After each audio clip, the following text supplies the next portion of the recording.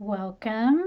My name is Sumaya K. Owens. I'm the CEO of Present Moment Media, a trauma-informed yoga teacher and founder of the Embodied Leadership Collective. Welcome to the Embodied Leadership in Action podcast, where we explore what it means to lead with presence, authenticity, and embodied awareness. Today we have Sharon Oxendine, who is our guest today. We're so excited to have you. Sharon is the founder of Medicine Wheelway, a proud First Nations woman and enrolled member of the Lumbee tribe. Thank you so much, Sharon, for being here today. Thank you for having me here. I'm really excited to speak with you and hope that we will connect with an audience that can appreciate some of the things we'll be discussing today. Absolutely. Well, before we dive into the rest of our questions for today, where we're exploring leaderships, ancestors, and culture, please just start with giving us an introduction to you and to Medicine Wheelway and anything else you want to share about the type of leadership work you do. Okay. Medicine Way was founded in 2019. A friend of mine owned it previously. We had done a lot of ceremonies together. And just to back up from there, I moved to this area 35 years ago, and that was the whole reason I moved here, was to get land and build and develop a community.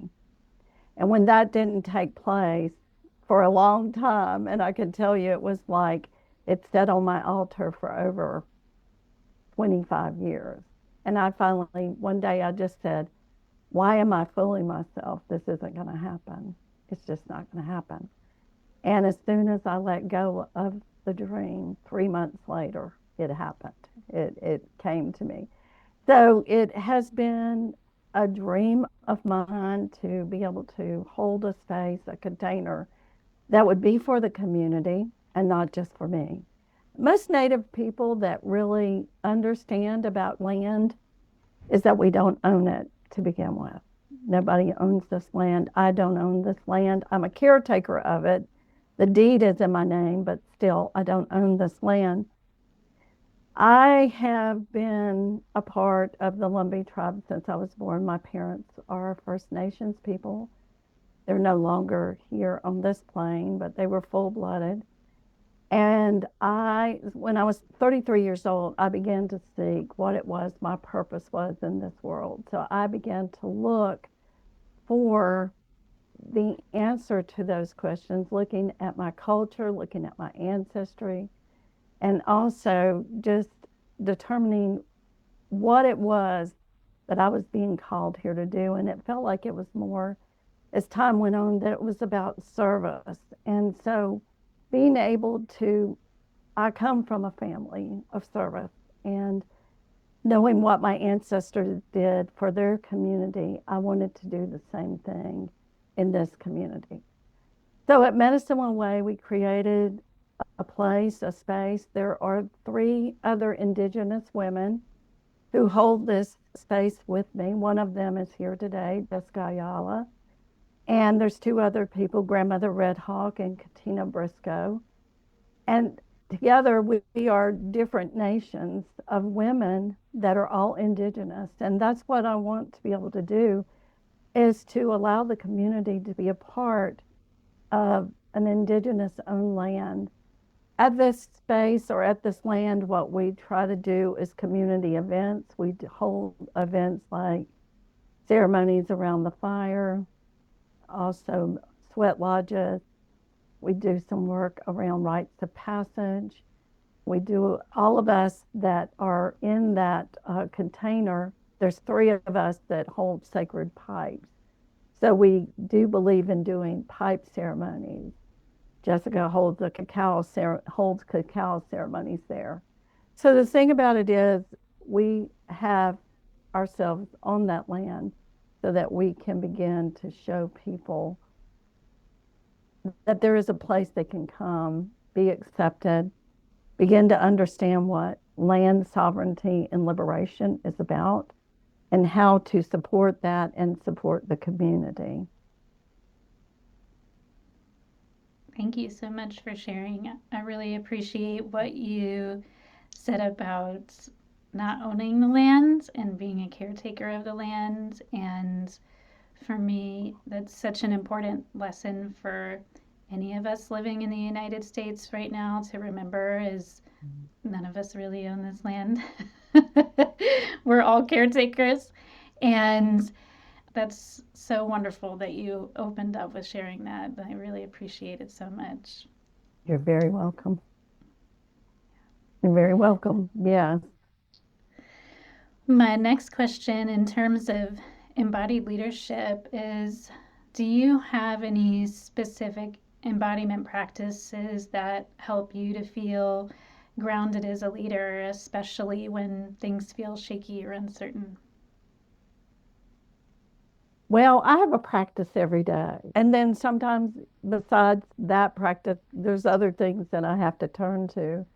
But each morning I step outside and I honor my ancestors in the four directions and open up. One of the things I do is ask my ancestors to open up the gates that I might walk through. Sometimes I ask them if I can dance through, if there's some way that they can be a assistance to those portals. Those are things that make me feel very comfortable. And of course, anytime getting my feet on the ground, actual ground.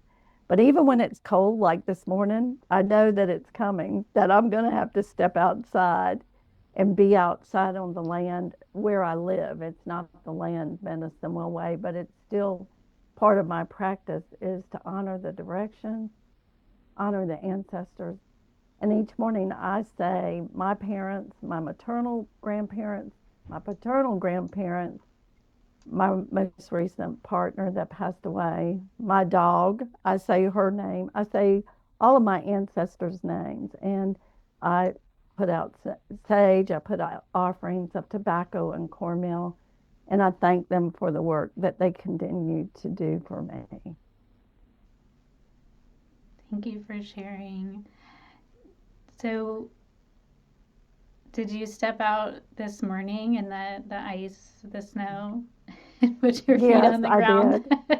And I was not barefooted today, but I did step out there, and I'm always going to step out there if I can. Sometimes when I'm traveling, and if I can't necessarily get to the outdoors, most of the time I can. Like even if you're staying in a hotel or some place where, like, I might be doing a conference or something, I can find a way to step out on the land and be able to connect with my ancestors and also be able to honor the directions. I don't feel comfortable starting my day unless I do that. And there's sometimes when I get up late and I'm running late, and I'm like, you're going to have to stop and do this anyway. So it is a real practice for me to be able to do that.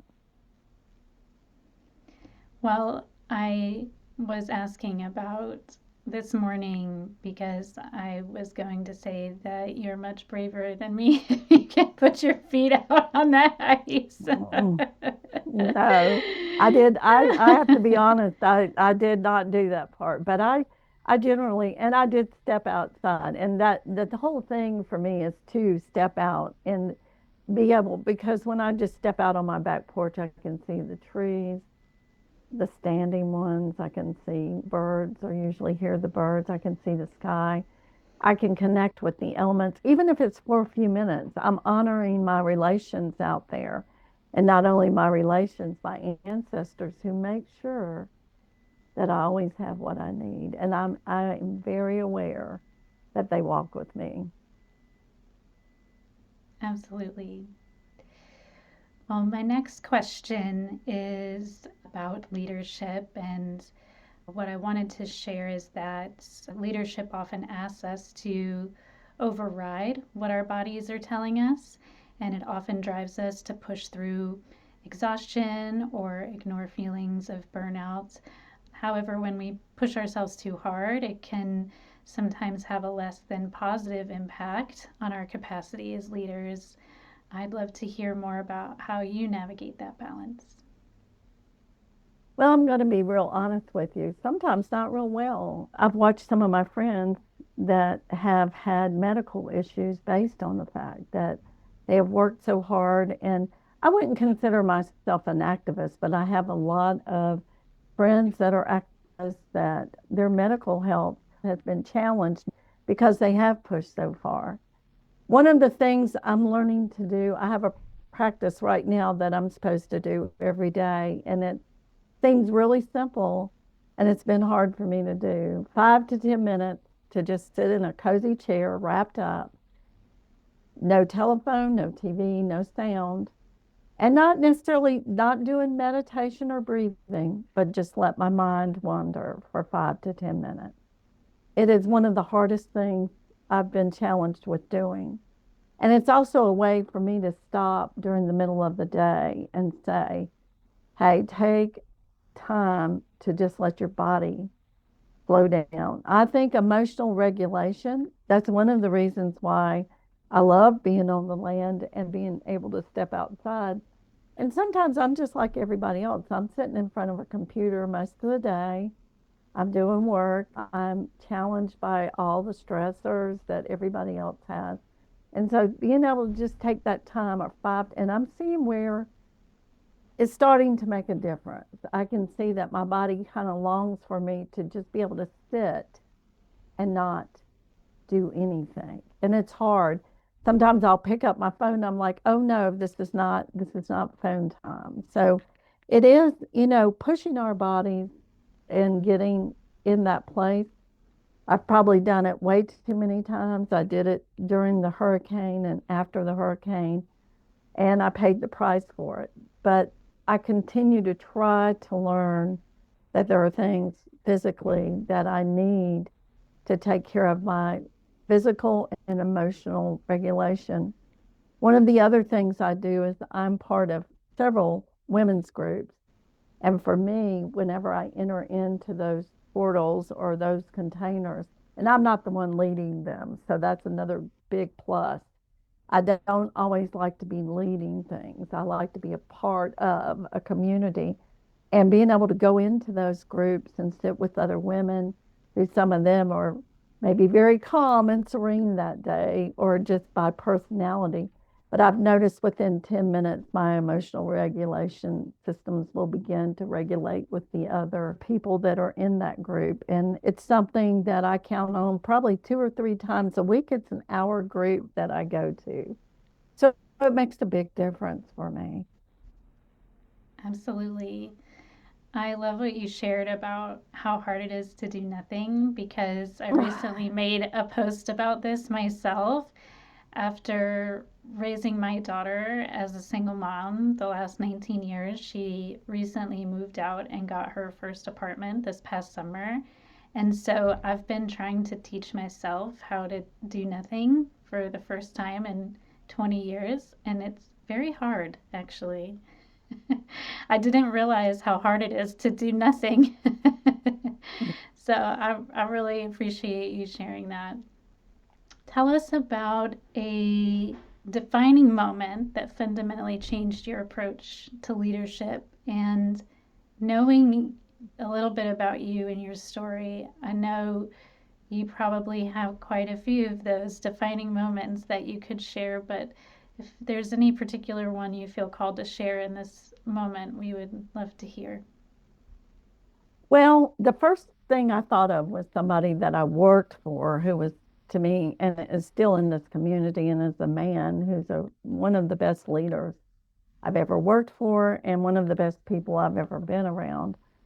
And that has made a huge impression. But then the second thought that came to me, because I really always like to expose the vulnerable side of myself, and being a little more transparent to me is very important because I tend to lean towards perfection and I want to come across as looking perfect and doing perfect things, especially in the lane of leadership.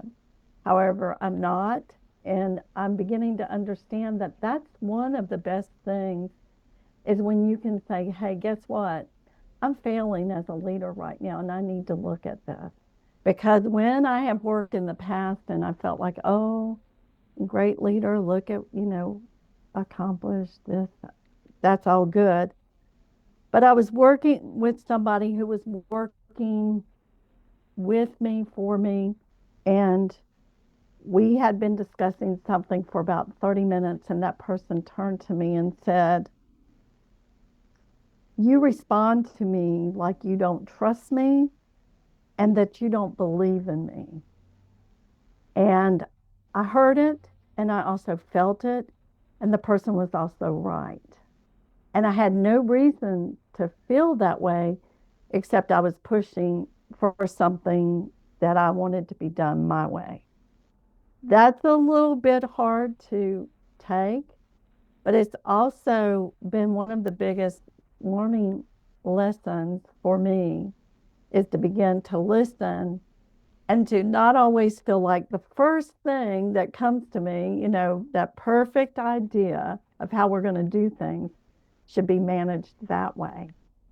I learned a lot that day. That person and I continue to be friends. I wouldn't say I apologized, but I did admit that the way I was speaking and talking and the way I was overriding this person's suggestions and words did come across that way because that's how I actually did feel. So it was something for me to look at, and I continue to have to look at it. That's the place for me. It's one of those places because in my mind, I don't know that I am totally a visionary, but when I get something, Jessica always says I do this, Jessica that works with me. When I say, okay, we're doing something, I'm already there at the end of it. I can always already see the end. And guess what? If I slow down and listen to everybody else, there's usually some really good opportunities and suggestions that will allow us to do something that includes the community in a better way than what I had in mind. It's hard to admit, but that's where I've learned the most is when people have actually been honest with me and when I've been able to take that honest feedback. It doesn't feel good sometimes. Absolutely. And you said something that really resonated with me about how you didn't necessarily apologize, but you acknowledged it. And that really strikes a chord with me because saying you're sorry isn't always enough. We have to No. acknowledge that we have made a mistake, that maybe we've caused harm, and be accountable to it. And as you mentioned, it's not always comfortable, it's not always easy, but that's definitely more powerful than apologizing at times, Right. right? Maybe that's part of the apology, right? Right. And again, it's still a place that obviously I have some learning challenges with because it's recently happened in our group at Medicine Will Way. And until I could actually hear the person totally, and then this past week we had a conversation and she said, I feel like you see me and you hear me. I think the most important thing a leader can do is see and respond in a way that people say, you see me, you hear me. And that's a beautiful aspect. I think that's what I want to be, that leader, but I'm still growing into that and I'm still learning how to find my way in getting past some of the things that I am constantly thinking of the next thing. We've got April planned at Medicine Will Way. I'm already at the end of the year for next year. So it's just, yeah, that's the Thank way you so my much mind for sharing. runs. It's I not always a totally good get it. thing. It's not always good. I totally understand. So, today we're exploring themes of leadership, ancestors, and culture. And you had mentioned to me, you planted this seed when we were first talking about having this conversation about what it means to lead without a title. I would love for you to share with us what that means to you to lead without a title and who were some of the ancestors in your own lineage or in your community whose leadership has deeply shaped you? Well, that's always the easiest question for me. My father was the oldest of 16 children. If you know anything about the Lumbee Indians, this is a very poor group of nation, First Nations people, always have been, okay? And my father, as I said, was the oldest of 16 children. And his parents, my grandfather, who was Chesley Oxendine, and his wife, Marybelle Oxendine, my grandfather was a minister and a community builder, whatever you would call it today, but he was constantly working for the community and then on Sunday would preach. But they were very poor tobacco sharecroppers, and my father took me and my brothers, spent most of our summers in Lumberton working in the fields of tobacco and working in cotton. So this was something that, when, of course, when I had to go there and do that and everybody else was going out on lovely summer vacations, it really made me very angry. I was not happy about it. But as time went on, I developed a relationship, even when I was young, with these two people, these ancestors of mine, my grandfather and grandmother. They were the cornerstone of their community. They were respected. They might, and I got to where I didn't even really notice the fact that they didn't have that much because they had a lot. They always had food. They always had enough food to share with other people. They always had the ability to get to someone who was in trouble and help them. And they never seemed to mind. And now, of course, my grandmother with 16 kids, there were still some of them living at home. And there were always other grandkids like myself running around. So, it would at times, it would get on her nerves a lot. And she wasn't, I mean, these weren't grandparents that sat and held you and read little storybooks. These were people that were salt of the earth and they had to work hard for a living, but they also knew how to have fun.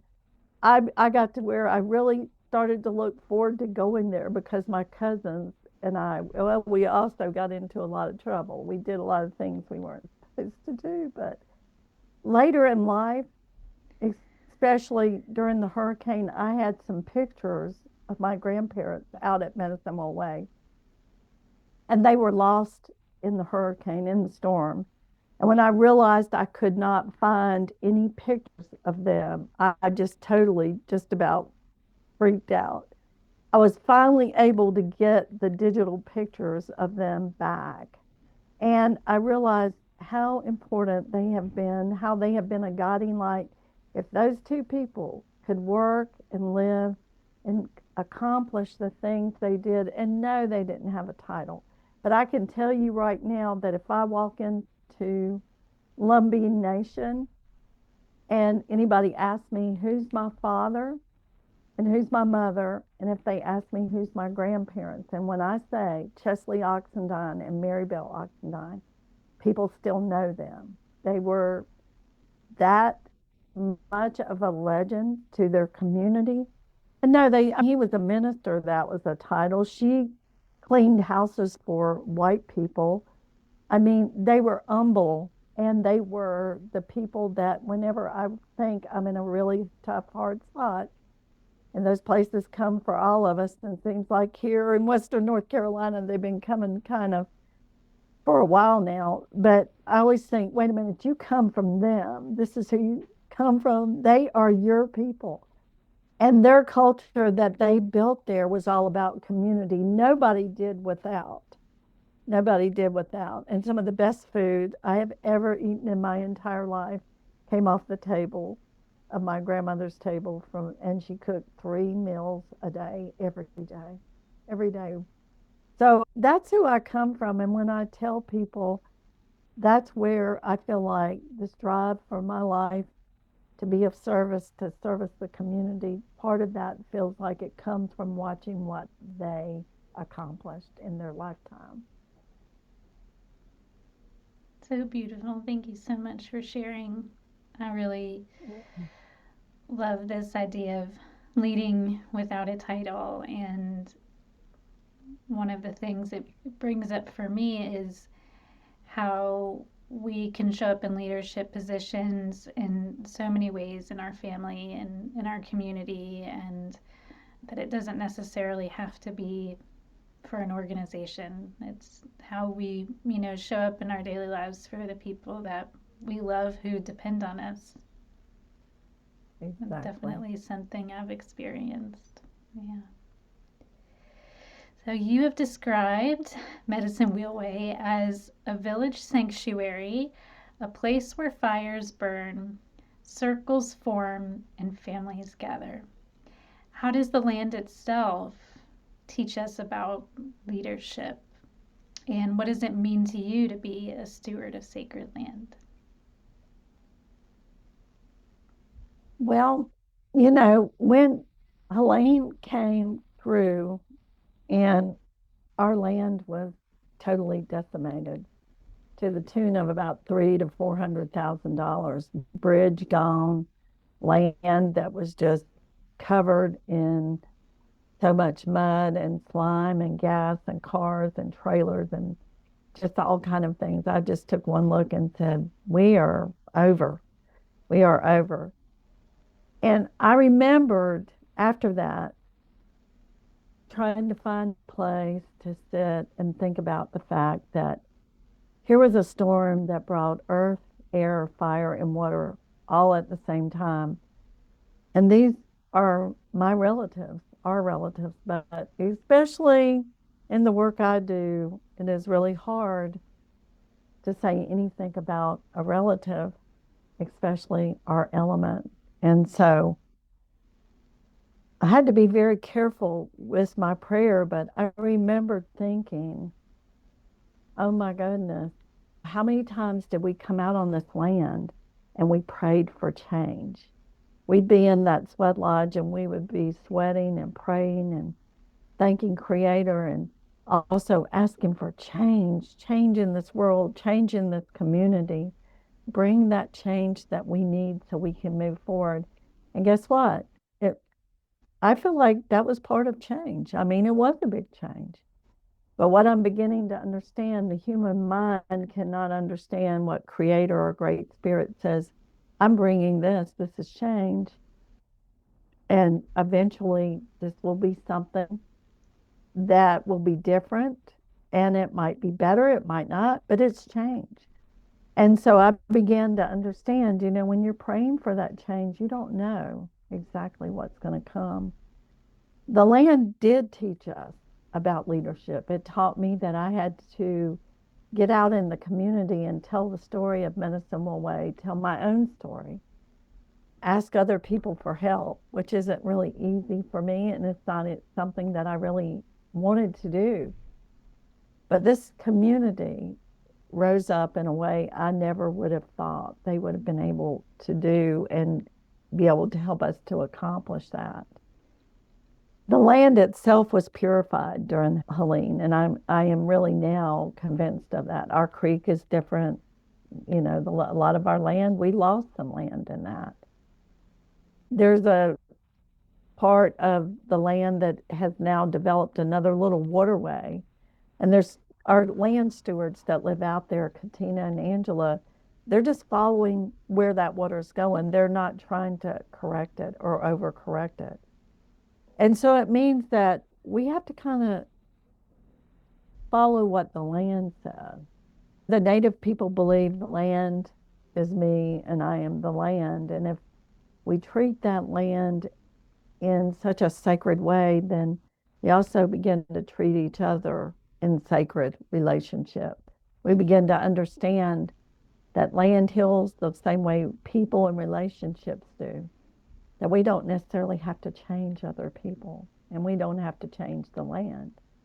So it is something that has allowed me to begin to see when we talk about it's a sanctuary, a place where fires burn. When we have our beautiful ceremonies, and sometimes we gather all our elders, especially when we're working with our young people, our BIPOC people. We bring in elders, men and women who are part of the BIPOC community.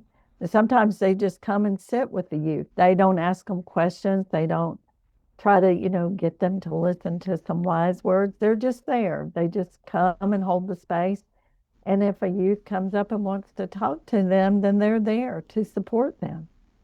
When my parents were living and as they were young, they grew up with their grandparents in the same household. We don't do that any longer. So a lot of times our young people don't get to be around elders or around people who have lived through a lot of challenges and obstacles that can support them in a very beautiful way. So that's what I feel like the land is teaching me right now. Change is coming. There'll be more changes. Who's to say this won't happen again? Who's to say what will come of that? I have no idea. I know that all land is sacred. And I wasn't the only person that was holding a beautiful space like that experienced a lot of this damage.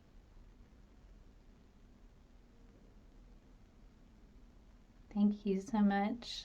It is really powerful what you said about how, we don't need to change other people and we don't need to change the land. I really love that so much.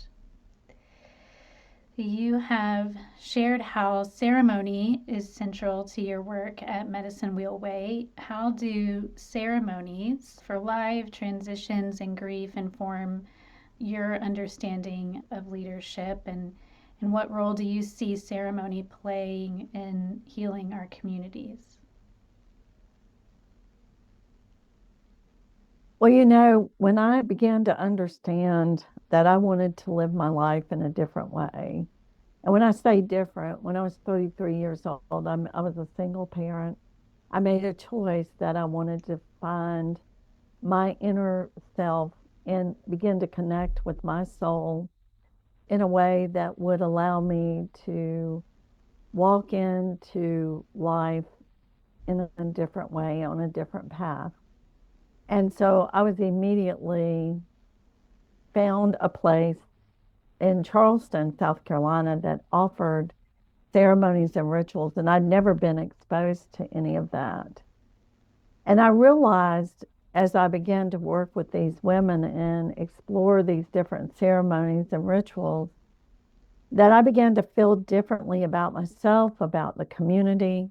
But I also began to realize that when you are a placeholder, a space holder for that type of work, you have to step into a role to be a person that walks in integrity and begins to hold yourself in a different way with the community. It doesn't mean that you have to be perfect, just like I said earlier, but it does mean that as you begin to look and understand that there's ceremonies for life, for birth, for weddings, partnerships, beautiful ceremonies. Grief ceremony is something that I really love to work with. And it also allows me as a person in a leadership role to understand that people come and that life changes. There's transitions in life when people get sick, when people lose someone they love. The Western culture says, okay, well, hurry up. HR is going to give you 3 or 4 days to get over this. If I had been working for someone recently, I lost my partner in September of last year. If I'd been working with someone or for someone who told me that, I wouldn't be sitting here right now with you. I've taken weeks and weeks to allow my grief to be processed and continue to be processed and honored. I think that in life, that none of us are broken. I do think we carry some wounds and scars. And I think sometimes our grief can be looked at recently. I think it was Patti Smith who said, her grief was like a sacred wound. And that really spoke to me. It's a wounded place. You begin to learn to work with it and live with it.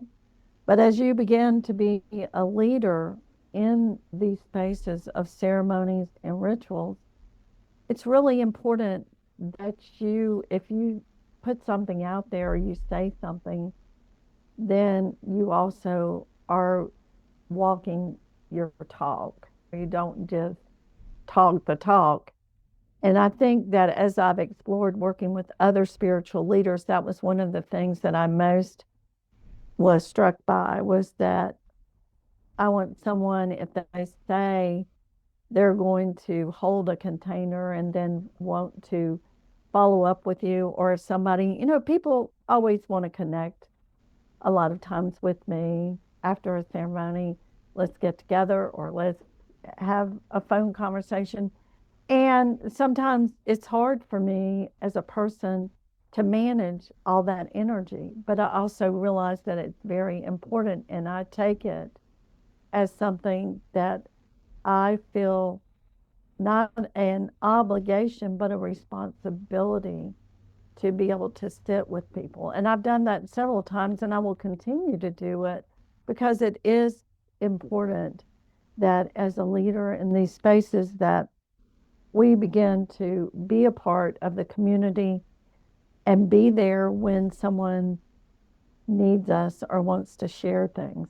Of course, it's hard for me to get in touch with everybody that reaches out, but I do try to make time for those people who are interested in maybe finding themselves on this path.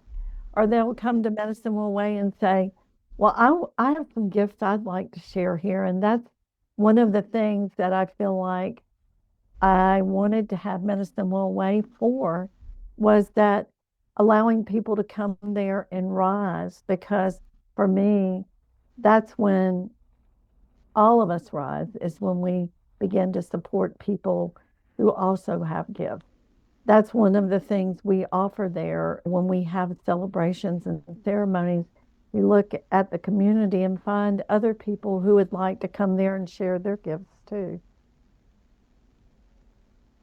Absolutely. And that's been my experience in the past when I have visited the land, is being able to see and experience different people and different backgrounds, and the gifts they have to share. And your team and your community are so gifted at curating those experiences. And so I'm deeply grateful for the experiences I've had there as well.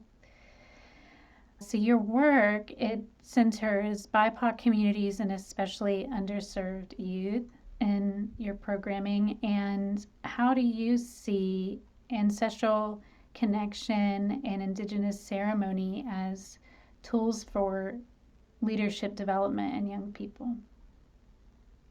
Well, I do believe that our young people have been just underserved and displaced and disconnected. But I don't think they're broken. I think our systems are broken. The more that I've worked with a lot of these young folks, what I understand is that they want to have a place that they belong. They want to be able to express their identity. They want to be able to come somewhere and know that they can be themselves and still be respected. And so it has been a learning curve for me, especially to be around a lot of these youth. When I grew up, my parents, we went somewhere, we were expected to do exactly what they said, walk the line, a lot of military discipline. My father was a military person. And so there was a lot of discipline in my household. But I also understand we're looking at a group of people, our young people, who have come into this world. There's been things that have happened, a pandemic. We're looking at a government that is different than we've ever had. We're looking at things that are harmful to people, to our immigrants, to how people are spoken to, how people are treated. I grew up in the 50s. I grew up in the 60s and 70s. The worst thing that we saw were, a couple of free-spirited hippies smoking a joint at the corner store. I mean, when I look at what our youth are facing today, and then you take a whole nother group of people and these folks that are underserved and understanding that what they face most of the time is watching their parents struggle. And that, I think that's been one of the things I've learned the most from these young people. Do they care about that? Yes, you better believe it. They're watching their parents struggle and they're wondering if their life is going to be the same way. And when I see that, it just really speaks to me deeply. It just strikes something within me. I do want to just give this one example. Last year we were working in September was the last BIPOC group we had, and Jessica was doing some tie-dyeing things with them, and she was telling them if they wrap it up like this, then tomorrow when they pull it out, it's going to look like that. And it's going to be all kinds of designs and color. And I was just taking all this in because they were so excited about doing it. But here's the thing that made it more exciting. One young guy, he was probably 8 or 9 years old, he got his all wrapped up and then he was holding it and he said, I can't wait for tomorrow. And I think that has touched me deeper than anything. I want our youth to be able to say, I can't wait for tomorrow. And I don't know that I even feel that way some days right now, but I'd like for them to be able to know. It means a lot to me, those 7 generations ahead of us and those 7 generations behind us. And if I'm right here, I'm the person that is responsible. I'm not the only one responsible, but I feel the responsibility of being able to make sure that those young people get to say, I can't wait till tomorrow. And I wish I could have seen them the next day when they unwrapped this tie-dyed piece of work that they were waiting on. I thought, what a thing to have something to look forward to tomorrow morning. And when you're living in a homeless shelter and not knowing what's going to happen next and all the uncertainty and all the things that you're living with that allow you to be able to feel like you belong to something. Just that one piece of work right there made a difference to me. That's the reason I keep going back. And it's not for the money. It's definitely not for the money. Well, I can feel myself tearing up at this experience you've shared of I can't wait for tomorrow, and you're totally right. Our young people deserve to feel that way. And one of the things that I think about with my own child is how she had to grow up in this time of not only experiencing all of the turmoil in our world, but our young people are now also watching it through their screens in real time as it's happening. And when my daughter first got her phone, it was right around the time of George Floyd, and she was watching all of it unfold on her screen and telling me about it. And she was 13 maybe when this happened.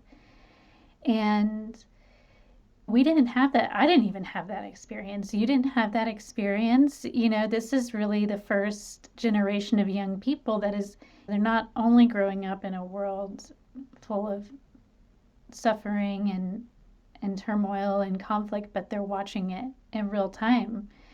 And, you know, how that's affecting them is tremendous. And so I really appreciate, you know, this idea of giving our youth a reason to believe in tomorrow. That's really powerful. Yeah. Yeah, it is really powerful.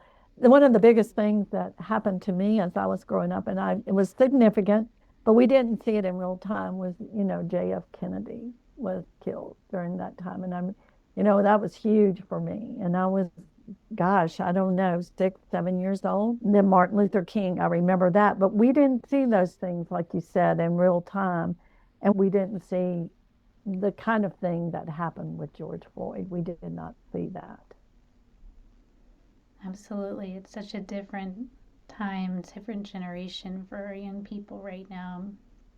I'm so glad that you are creating a space on your land and at Medicine Wheel Way for our youth. And even though they may not appreciate it right now, my feeling is that maybe one day they will look back and reflect at the special experiences that they had on the land, and it will stay with them for a long time, even if they act like right now maybe it's not such a big deal. It is a huge influence on their lives.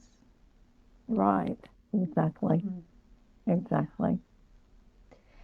What is your vision for Medicine Wheelway as it continues to rebuild and expand in 2026 and beyond?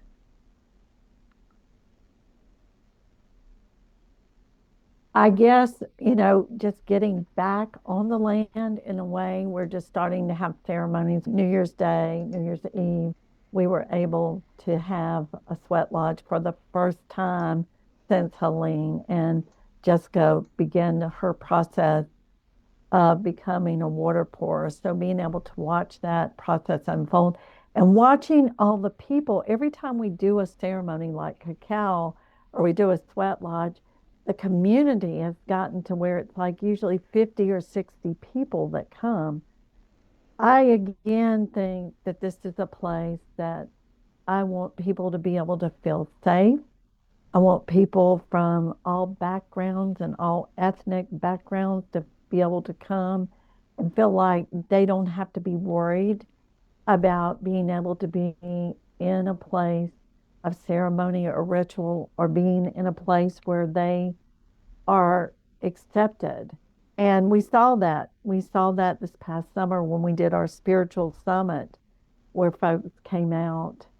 And a lot of times I think folks are scared as to what this might call them to do. But when they feel become safe in the circle and understand they're just going to be accepted, you don't have to show up. You don't have to show up in a special way. You don't have to bring anything or do anything. What we're doing is just asking you if this is a place for you. We want you to feel like it's your place to be and be supported by our community. I think the vision for this year is to get back in touch with our BIPOC youth and continue to hold that space. Jessica and have been in discussion about maybe being able to do an overnight camping trip. It would take a lot of work, but we're willing to do that. I have done one previously there, and it turned out really, really well. They had so much fun. Of course, they stayed up all night long. So that was a lot. It was a lot. But it's that kind of thing that again that brings them such joy to be able to do something that they normally don't get to do.